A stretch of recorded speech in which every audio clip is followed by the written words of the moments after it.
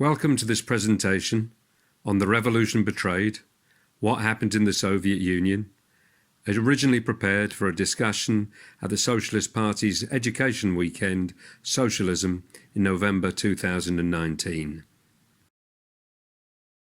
This session can only be an introduction to a subject that Trotsky and other Marxists spent many years analysing and writing about. But the questions here are hopefully ones that you may feel you have clear answers to by the end of the discussion. Before we look at what happened in the years after the 1917 Russian Revolution, it's worth starting with a quick review of the theoretical debates within Russian Marxism beforehand.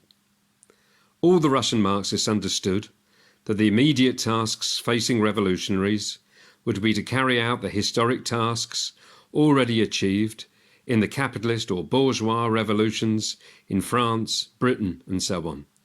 That is, to get rid of the feudal remnants of Tsarism and to distribute land to the peasants and so on.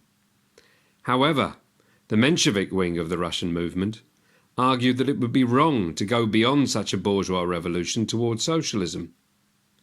Hadn't Marx and Engels explained how capitalism had to first develop production sufficiently to create the conditions under which enough surplus could then be produced to distribute sufficiently and equitably to all? Trotsky, in his theory of permanent revolution, disagreed. He explained that in a country where capitalism had developed later historically, the weak Russian bourgeois class would be unable and unwilling to challenge the landlords and world imperialism.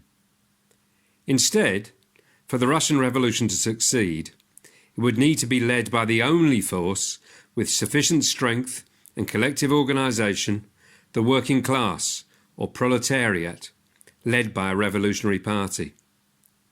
But the workers wouldn't need to just stop there and hand power back to the capitalists. No, they should press ahead and start to build a socialist society based on a nationalised, planned economy. And this, of course, is exactly what happened in 1917. But the theoretical debates with Menshevism now became practical realities. How far could the workers lead a revolution beyond just bourgeois tasks and build a socialist, planned economy?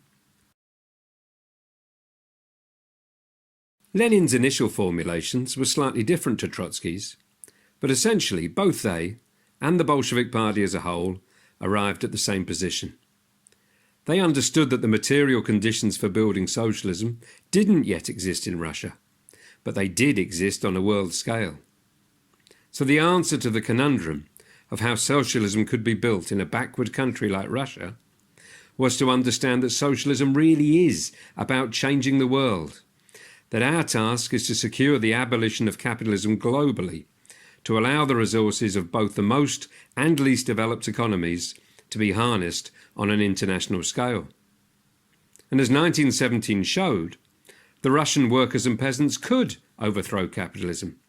However, in order to hold and consolidate its gains, the revolution would need to be followed by further socialist revolutions in developed countries to give assistance to less developed Russia. And if Russia was left isolated and unable to develop its economy, then the middle-class forces that might initially support the workers, the peasants, traders and small business owners would turn against them and capitalism would be restored. It's important to start our discussion from that standpoint, because the real question to answer then becomes clear.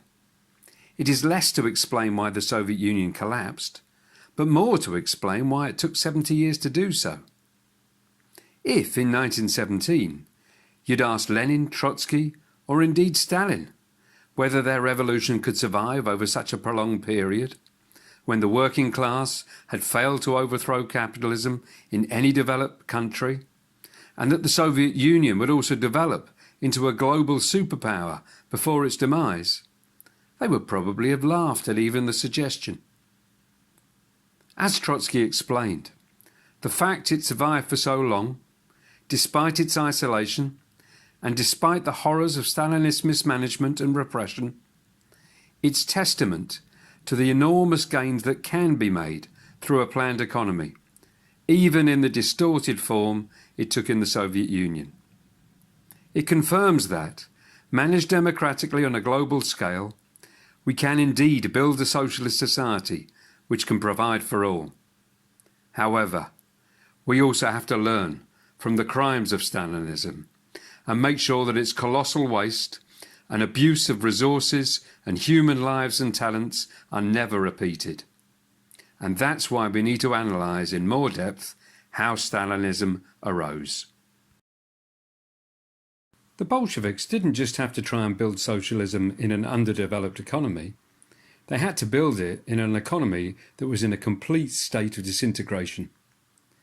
From the start, they were faced with massive shortages, speculation, and persistent sabotage by big business, which they countered through the nationalisation of most of the key branches of industry. But the crisis was made even worse by the military intervention that started soon after, as imperialism seized the opportunity to try and crush the revolution while it faced such a vulnerable situation. Alongside the counter-revolutionary White Armies, led by former Tsarist officers like Kolchak, Yudenich and Denikin, troops from as far afield as Britain, France, Canada, USA, Romania, Italy, Serbia, Estonia and Czechoslovakia and others besides were all sent to defeat the revolution. The map shows how little territory was still red by 1919. Yet by 1921 the Civil War was largely won. Winston Churchill, one of the strongest voices calling for firm military action against the pestilence, as he described it, of Bolshevism, complained in later years that imperialism had not acted decisively enough. But what stopped them doing so? The defeat of imperialism and the Whites in the Civil War provides an excellent example of how a revolutionary army can succeed against the odds. Armies often reflect the nature of the regimes they support. The Red Army was driven by a determination to defend the revolution, with many Bolshevik cadres going from the cities to help inspire the front line and put some backbone into the many former Tsarist officers. Trotsky himself, of course, played a key leadership role. In contrast, the White Army was distinguished by drunkenness, looting and violence. And while the Red Army fought for land to the peasants, the White Army stood for its restoration to the landlords. But the Bolshevik program didn't only undermine the White Armies. The Bolshevik skillful propaganda and class appeal to the armies of intervention led to mutinies amongst forces from Britain, France and America. It was this that forced the governments to withdraw. And when the reactionary Polish regime launched an offensive in 1920, London dockers famously refused to load arms on the boat Jolly George, bound for Poland. For the Bolshevik leaders and the heroic cadres who gave their all in the Civil War, their real hope was for revolution elsewhere. The end of the First World War had heralded workers' struggles in many countries. For example, the red flag was hoisted over the Clyde in the Scottish industrial heartland. The Communist Third International, or Comintern, was formed in 1919 to help build that global struggle. Unfortunately, by then, the weakness of the revolutionary leadership outside Russia was already being exposed. Chief amongst a number of setbacks was the defeat of the 1919 Soviet government that had taken power in Hungary, and above all, the defeat of the 1918 revolution in Germany, which led to Rosa Luxemburg and Karl Liebknecht, the outstanding revolutionary leaders of the German workers' movement, being murdered at the hands of the military counter-revolution. By 1921, the hard-fought victory in the Civil War had demonstrated the huge reserves of support that the Russian Revolution could draw upon, based on the Bolsheviks' revolutionary program.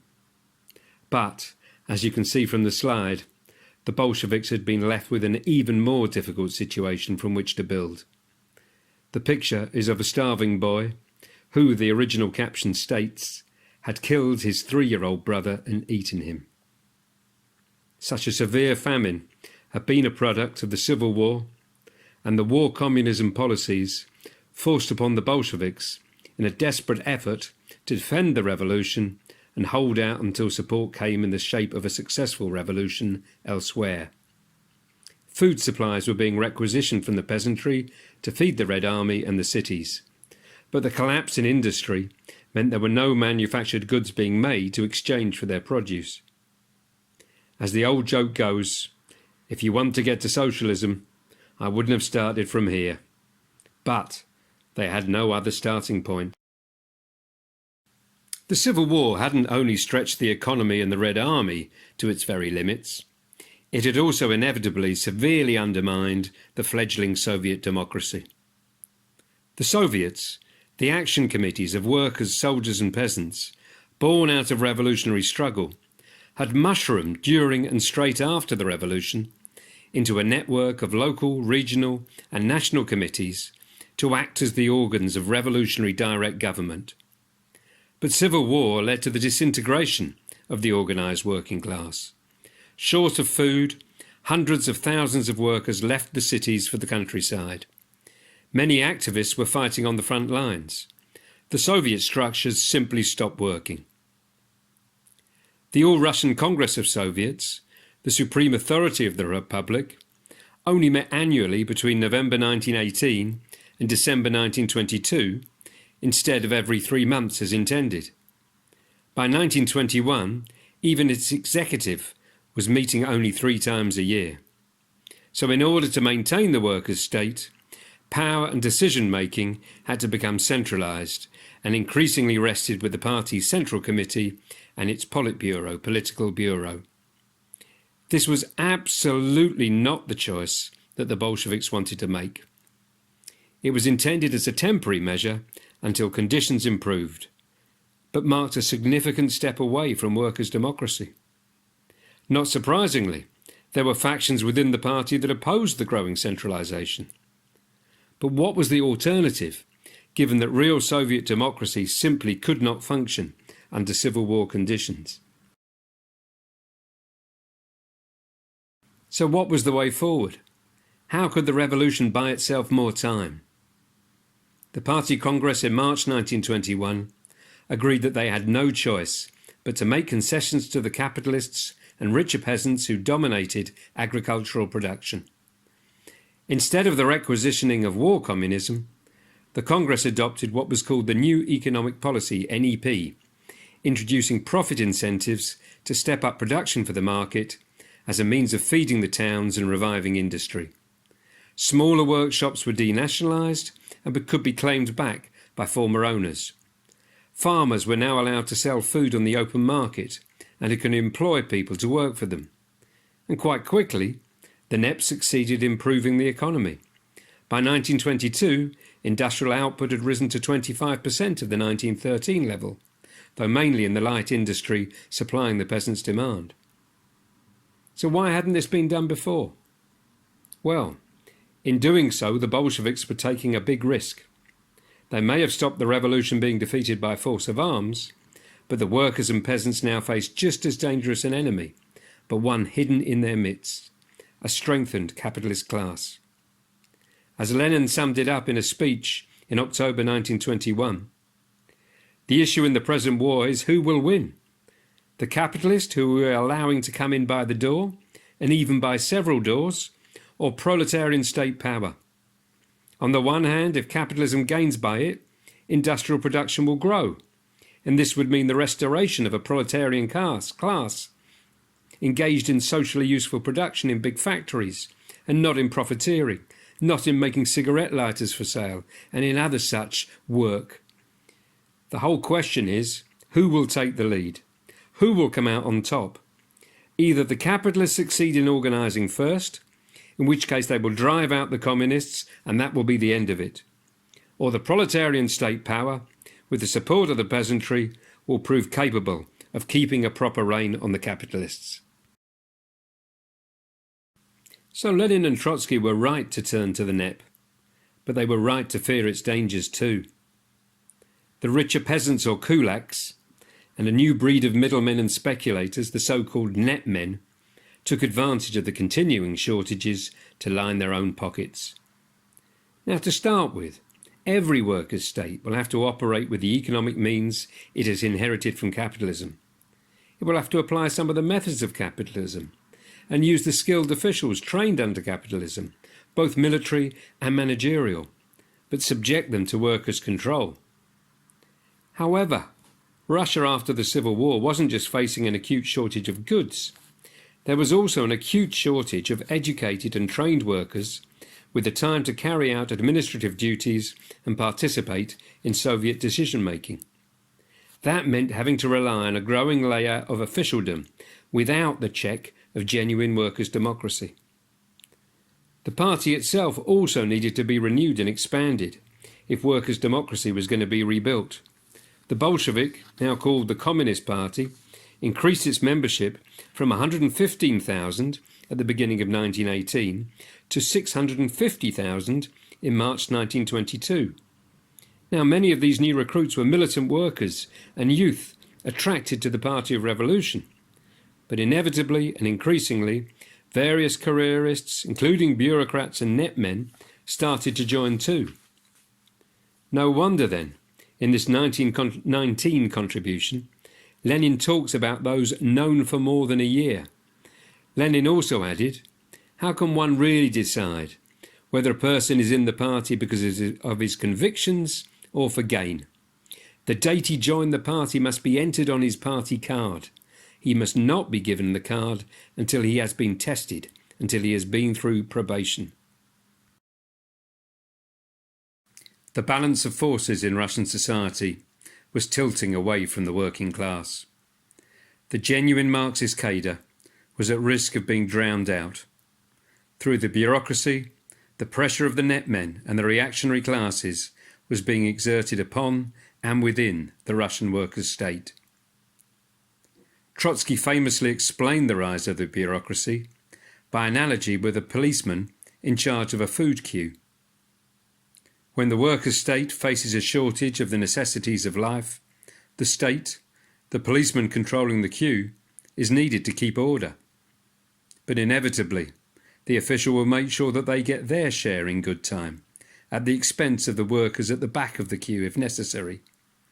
Of course, for a small token of appreciation, if someone can avoid queuing by persuading the policeman to put something aside for them as well, then the state acts in their interest too.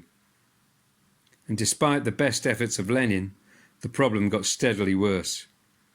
As he said at the 1922 Party Congress, the state machine refused to obey the hand that guided it.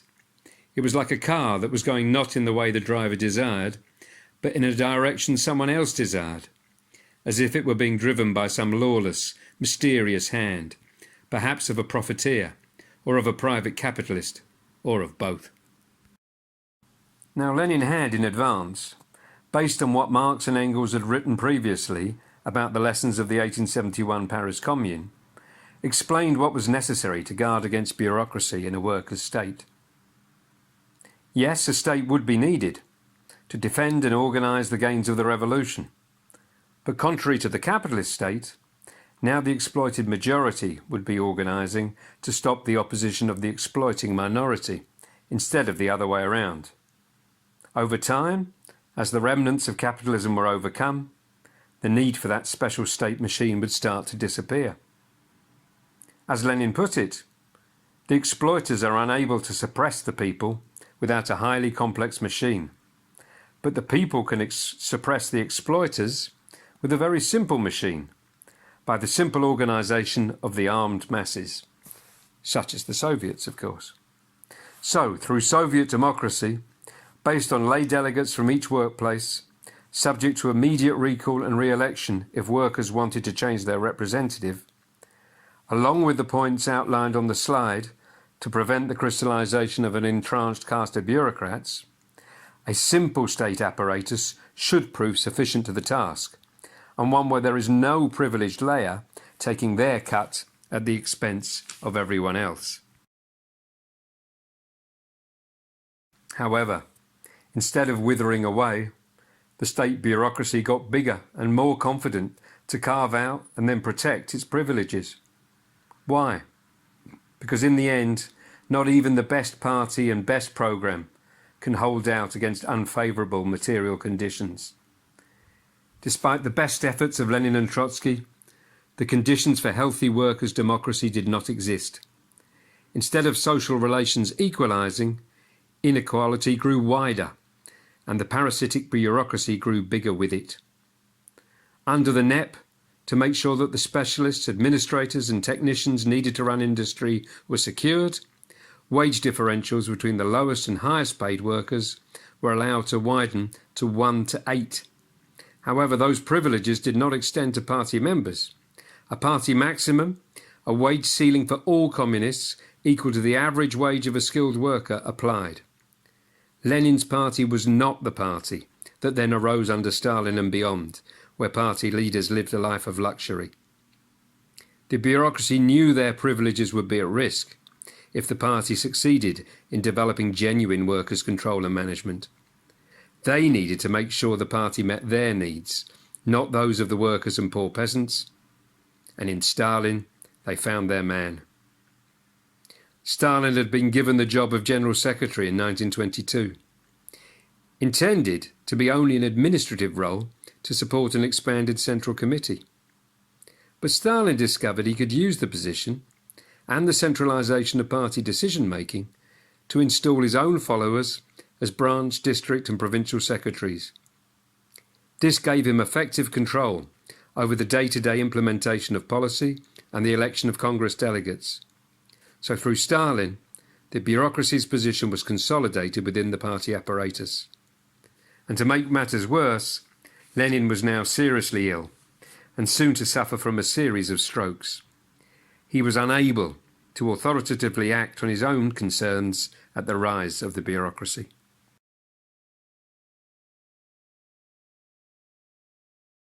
As Trotsky started to point out, with ever greater insistency, a bureaucratic party regime isn't just intolerable in terms of democracy. Without the input of rank-and-file workers, in touch with living reality in their workplaces and communities, it also results in serious mistakes being made. At the April 1923 Congress, Trotsky drew attention to one of those mistakes, the so-called scissors crisis, the lagging behind of industrial production, and hence a growing divergence between rising prices of industrial goods and falling agricultural prices. This risked a serious division between the city and the countryside. The Congress accepted Trotsky's arguments for a new turn within the framework of the NEP, to develop the state sector on the basis of a central plan and to expand industry, to eventually absorb and eliminate the private sector.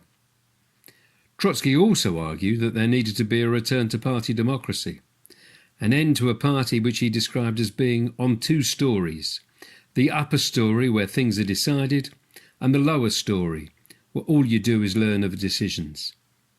The new generation, he said, needed to be given their say, and party appointments being made from above had to stop. Workers' frustrations at harsh conditions produced a wave of strikes.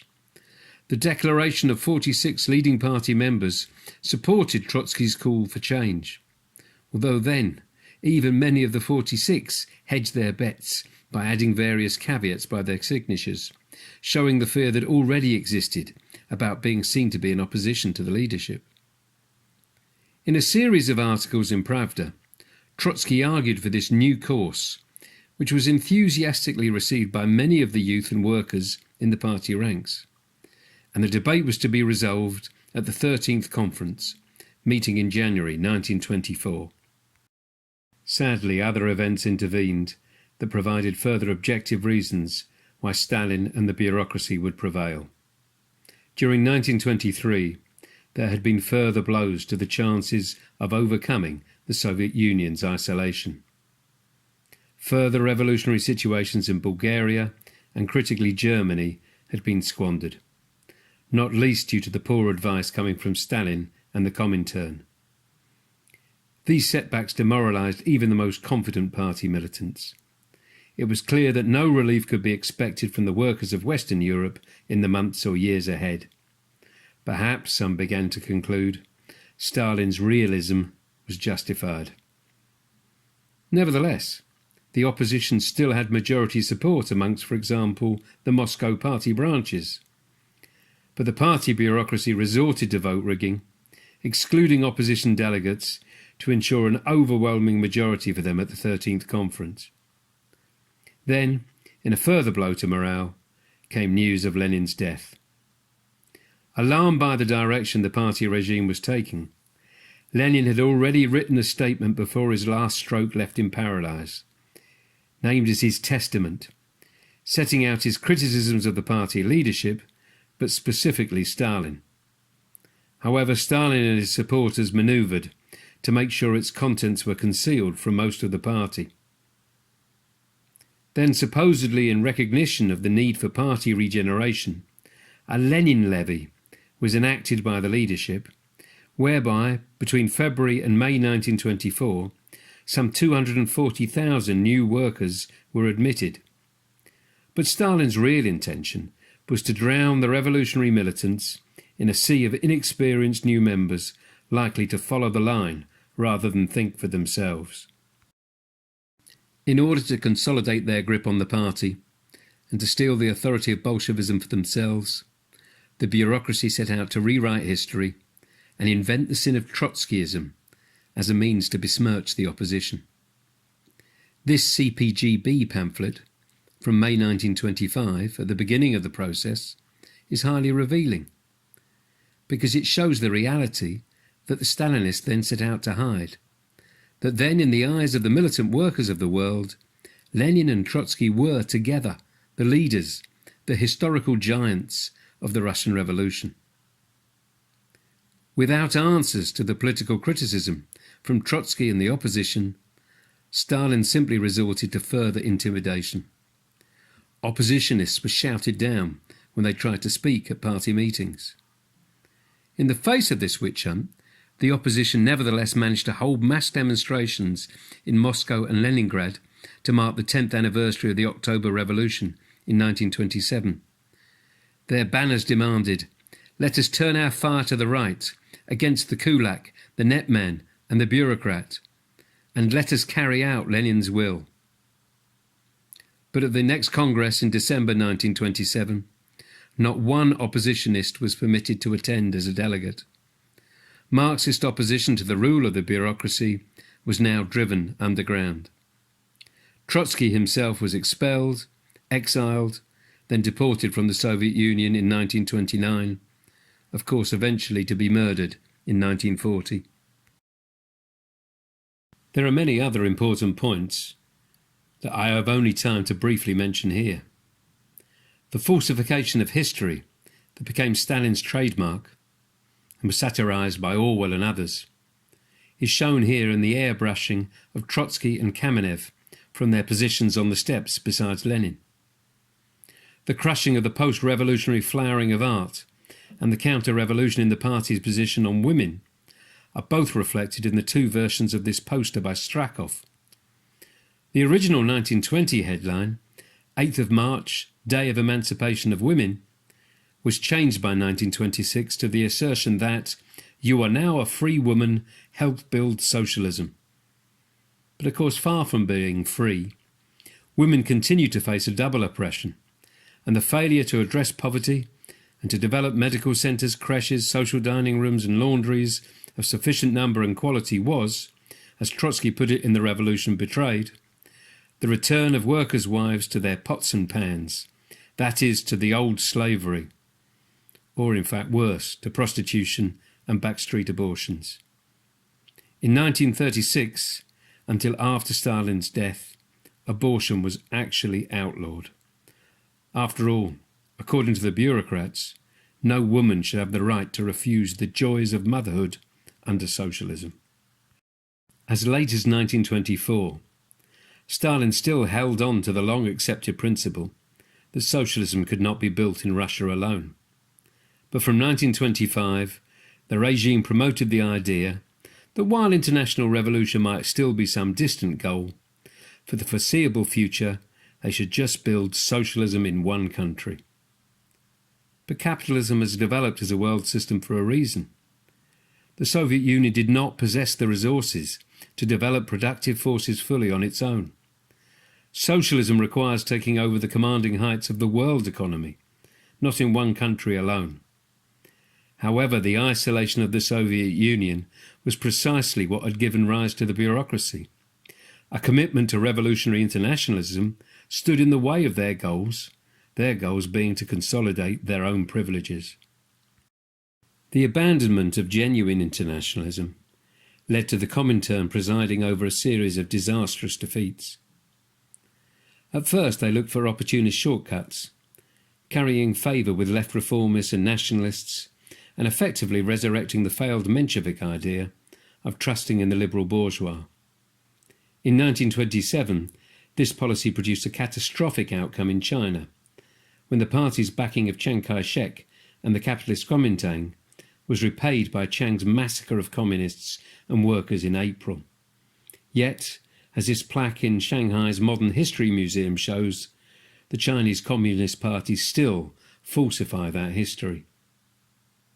Now, Trotsky had warned of this outcome in China in advance, but as he explained to his supporters, while the sad confirmation of the opposition's perspective might attract a few thousand workers towards them, its effect on the millions would be further demoralisation.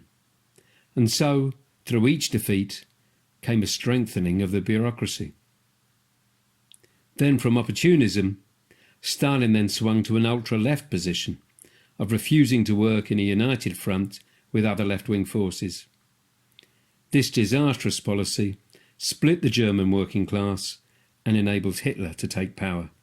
Changing course again, the Soviet bureaucracy then turned to arguing the theory of two stages, confining their present goals to bourgeois democracy in the futile hope of reassuring global capitalism that the Comintern posed no threat to them. This was Menshevism, not Bolshevism. It marked a qualitative stage in the degeneration. From crass mistakes, the policy had now become one of deliberate betrayal of the workers' revolution internationally, as seen most clearly in Spain. GPU death squads were sent to help disarm the workers' militias and exterminate their leaders. The Stalinists were petrified that the Spanish Revolution might inspire Russian workers into challenging their rule. It was no accident that it was at this time, 1937, that Stalin stepped up the repression and unleashed a regime of terror.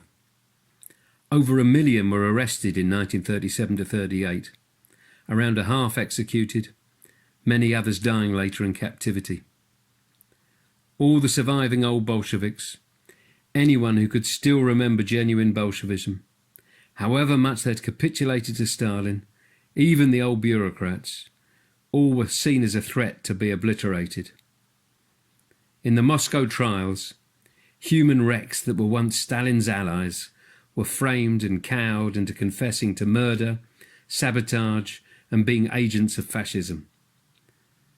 Of the 1,966 delegates to the 17th Party Congress in 1934, by 1938, 1,108 of them had been arrested for anti-revolutionary crimes, 848 were shot, and of 139 Central Committee members, 98 were shot, all dead of course.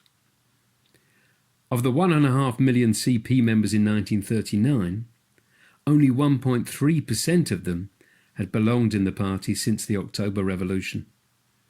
Of Lenin's Central Committee of 1917, only Stalin survived as a leader. Any last traces of the Bolshevik Party were eradicated. However, most of the left oppositionists remained revolutionaries to the bitter end. Despite torture, they did not confess. They ended their lives still, literally, holding their banners high, as the photo shows, in the concentration camps of Siberia. Both the old Bolsheviks and the young militants who joined the opposition. Over 1,000 took part in a hunger strike of 132 days before being murdered. It wasn't just internationally that Stalin's policies stumbled first this way and then that, but in terms of the Soviet economy as well. While the NEP had increased production, the regime had done nothing to counter the growing inequalities that came with it. In fact, Bukharin, then the regime's theoretician, although he was about to be ousted, had summed up their policy to the rich capitalist kulak peasants as get rich. They were even toying with denationalising land altogether. By 1927, precisely as the opposition had warned, the kulaks, far from moving towards socialism, were threatening capitalist counter-revolution. Having cornered most of the supply, they withheld their grain from the market, threatening famine in the cities. To counter the kulak threat, the left opposition had been urging moves to encourage the voluntary collectivisation of the land. As Lenin had also always explained, this required providing technology, tractors, electricity and so on to the model farms, to persuade the poor peasant of its advantages over individual smallholdings. They had also called for increased taxation on the kulaks and a 5-year plan to provide those industrial goods. Suddenly, Stalin now lurched in an ultra-left fashion to enact forced collectivisation by decree and to adopt the 5-year plan, but to announce that it should be achieved in 4 years.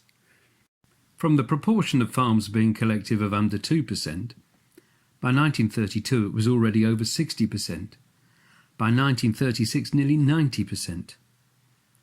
This adventurist policy may certainly have eliminated the capitalist kulaks, but it very nearly eliminated agriculture as a whole too. Because without patient explanation, even the poor peasants saw it just as robbery and slaughtered their animals for a quick sale. The collective farms were set up largely on the basis of existing equipment, suited for small-scale farming, not modern large-scale agriculture. An estimated 10 million people perished as a direct consequence of the famine that resulted.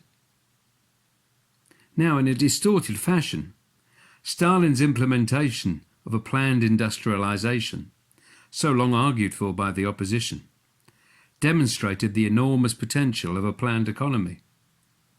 While the capitalist world was plunged into the depression of the 1930s, Soviet industrial production leapt ahead. Huge construction and electrification projects were carried through. By 1935, the Soviet Union already produced more tractors than any other country in the world, although their quality was of course another matter.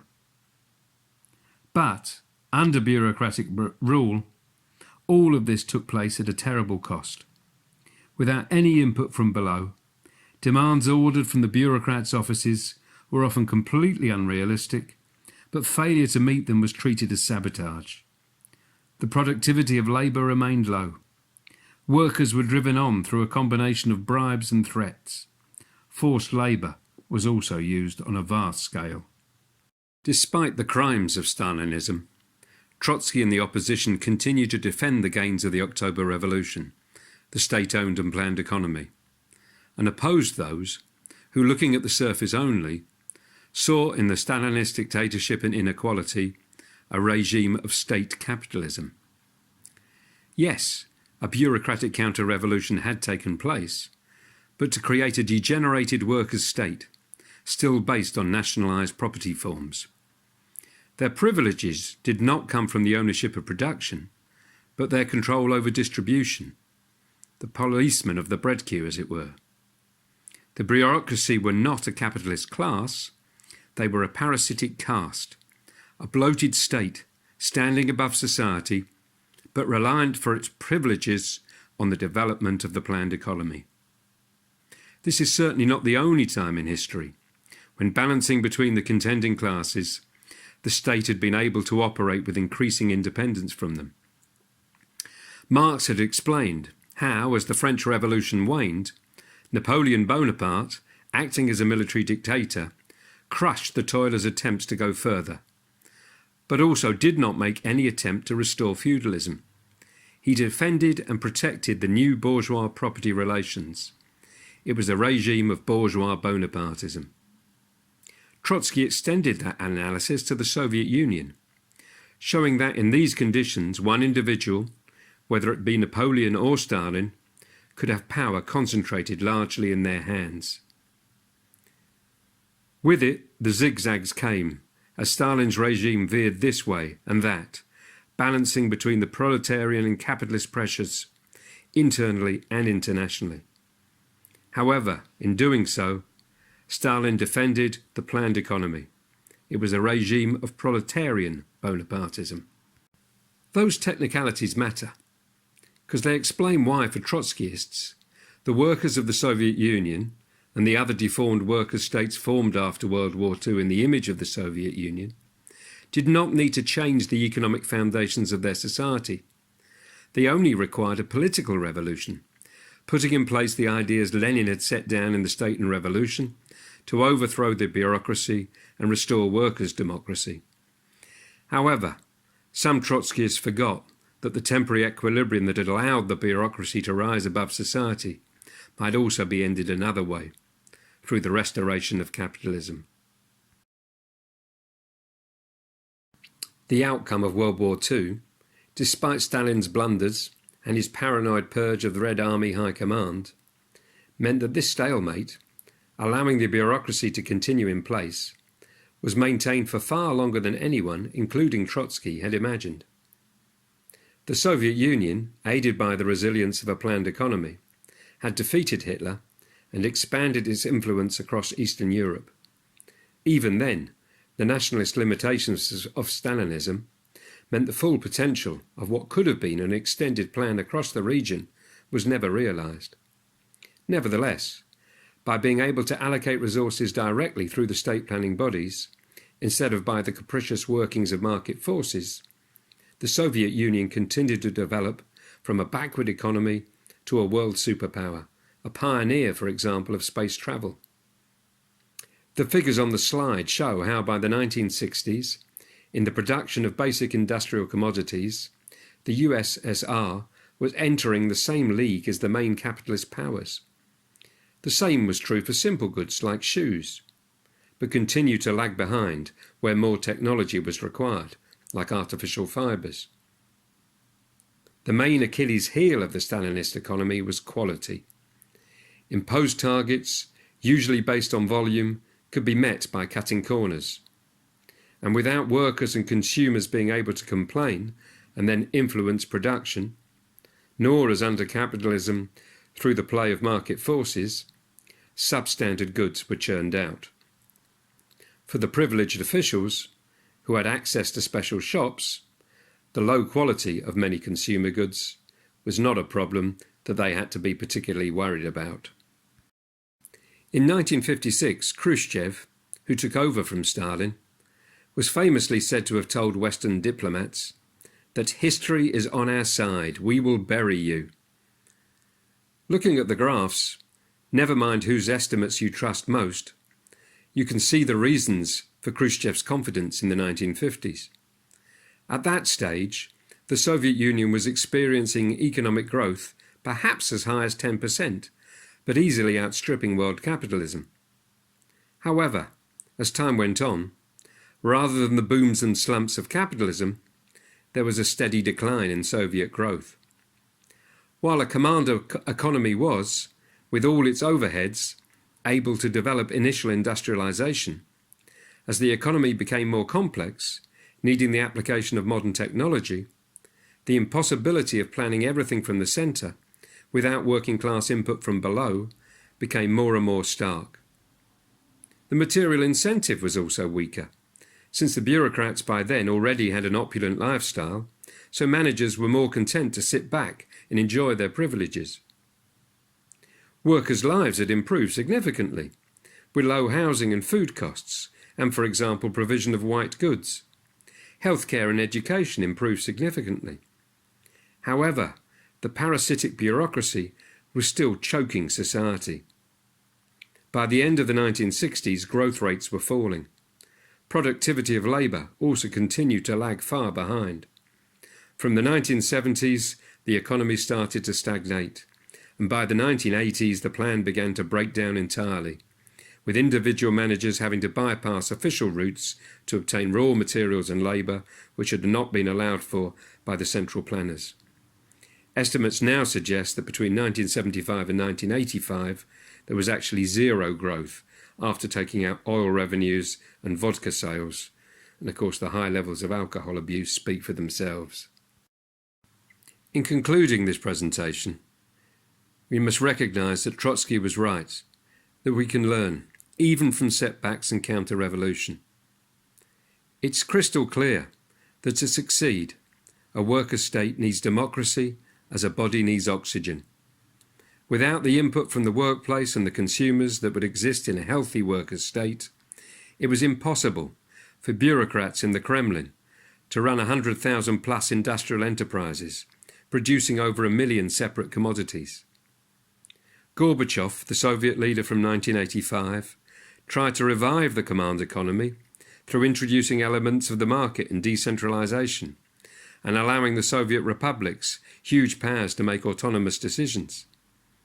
However, this only accelerated the political disintegration due to an explosive growth of nationalism, which had been suppressed but not overcome ever since the days of Stalin.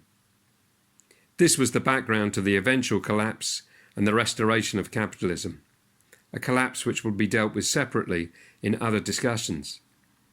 All I would add is that the regime could still have toppled the other way, through political revolution instead of capitalist restoration.